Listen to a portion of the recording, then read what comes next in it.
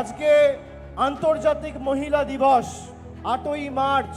আমাদের রাজ্যের মুখ্যমন্ত্রী যেমন একজন মহিলা, রাজ্যের মুখ্য সচিব যেমন একজন মহিলা, রাজ্যের অর্থমন্ত্রী যেমন একজন মহিলা, রাজ্যের শিল্পমন্ত্রী যেমন একজন মহিলা, এই জেলাতেও দুটো লোকসভা কেন্দ্রে মমতা বন্দ্যোপাধ্যায় দুজন মহিলাকে নির্বাচিত করে সংসদে পাঠিয়েছে। দক্ষিণ 24 পরগনা মানুষের আশীর্বাদকে পাথেয় করে প্রতিমা মণ্ডল, সায়নী ঘোষ, 4 জন সাংসদের মধ্যে 2 জন সাংসদ মহিলা, জেলা পরিষদের সভাধিপতি মহিলা, একাধিক পঞ্চায়েত, গ্রাম পঞ্চায়েত উপপ্রধান মহিলা।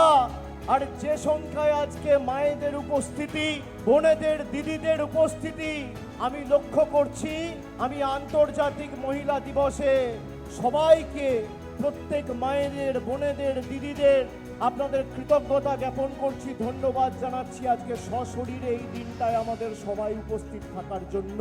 না জাগিলে ললনা এই বিশ্ব জাগে না।